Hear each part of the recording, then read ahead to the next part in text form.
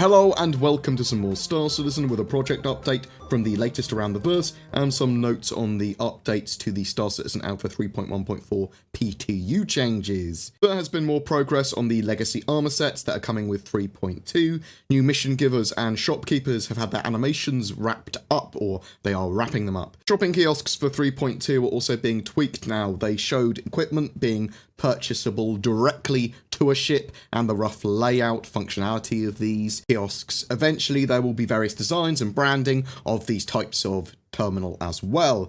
Audio worked on mining. This will provide a soundscape to the mechanic as well as audio cues to give additional feedback of when you're doing good with the mining and when you're doing bad with the mining. VFX have also been working on some effects for mining in general, as well as the Xi'an ship explosions and quantum travel effects. They can use high particle counts now for better visual clarity. The ship teams have been working on the EMP of the Warlock, which is looking awesome. The Constellation Phoenix is in final art, with finishing touches being made to the fish tank and hot tub. The Starfarer's landing sequence has been improved as well. The props team continues to turn out various new hangar props, including repair drones, extractors, and a machine sled recently. Procedural interiors and station layouts continue to receive more work and improvements. They are experimenting with what looks good and adjusting set dressing and lighting at the moment. There's also going to be a lot of variation with the shops, signage, material swaps, decals, and branding around those interiors and all of the stations, both interior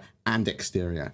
Hangar elements of the modular stations have also received work. They want the spaces to be large, but also a buzz with activity, with NPCs working on things, with props around that are actually, they look functional in some way. There was some drones and stuff flying around in the pictures and video they showed.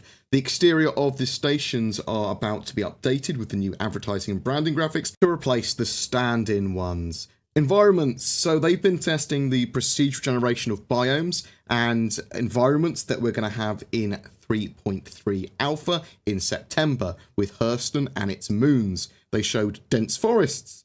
I am actually incredibly excited for dense forests and forest biomes and the vast array of biomes, or at least the larger array of biomes that we're going to be having in 3.3.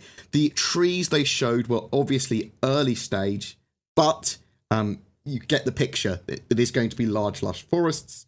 They have a new placement tool as well for outdoor locations, allowing them to set footprints of what they want to build or place more easily. This can be used for small or large scale placement. These tools will allow for the rapid building of planets, hero zones, and whole systems eventually, that with all the other tools they have, obviously. Now, Planet Tech continues to receive enhancements, some of which we may see in 3.2 with June's release. These will allow for more complex biomes, and they're going to incorporate mineable entities into those environments. There is improved color tinting and soft blending as well for better looking integrated objects on the terrain.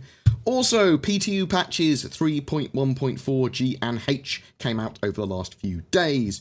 G had a testing focus on large ship planetary takeoff and ESP function in combat. The patch fixed an issue with IFCS rotation and further tuned ESP. They also increased forward acceleration of the Reclaimer in atmosphere and upward acceleration when in landing orientation, and increased upward acceleration of the Caterpillar as well to aid in planetary liftoffs. The H patch had a testing focus on, and still does have a testing focus, as it's the current patch, on the Nox and Dragonfly Gravlev function.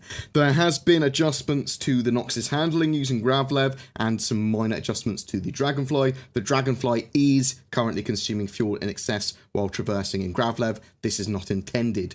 The general current state of 3.1.4 on the PTU is that there are still some issues with decoupled mode, especially travelling distances on heavier loaded servers. IFCS, ESP and Gravlev still need some tweaking, but the 3.1.4 patch hopefully will address these further and get a solid live build out soon. I cannot iterate enough how long I've been waiting, actually it's been since 3.0 was released, for IFCS and ESP to be fixed and the core combat of the game to be in a better state. This patch aims to address all of that. I think the diversity of the biomes that we're going to see in Star Citizen this year is going to be something pretty special. Star Citizen for me is starting to deliver on much more tangible gameplay and updates that are more relevant to a more finished product. And I think that's obviously what they're trying to push for this year. They're trying to get Star Citizen in a state that is going to be a lot more accessible by lots of gamers and not just more hardcore backers or people that are really, really interested in the alpha project. It's going to be hopefully more mainstream by 3.4 in December,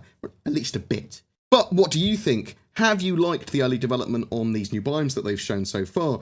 Have you been in the 3.1.4 PTU? What do you think of the new flight model changes? If you haven't already, please check out my video on Shadow. It's a remote gaming PC alternative to upgrading your gaming rig. We will be doing a video on service beacons and player contracts over the weekend too. Obviously, that's been a focus of ATV and RTV this week. Also, I'm scheduling when I'm going to actually be streaming every week. And it's going to be at least one time that I schedule, and probably two. But I'll link a straw poll in the description below so you can have your say and help me decide when that best time is. Every month, we have a ship giveaway. This time for May, it's for a Tonkin Turtle, the Tumbril Nova Tank, and a Terrapin, donated by our spotlighted org, the Talons Outer Haven. They are a prominent Star Citizen roleplay organisation that is focused on exploration and kinship, as well as player character-driven lore. They also have their own roleplay-related internet radio station, which is a real radio station which you can listen to, which is called Radio Free Outer Haven.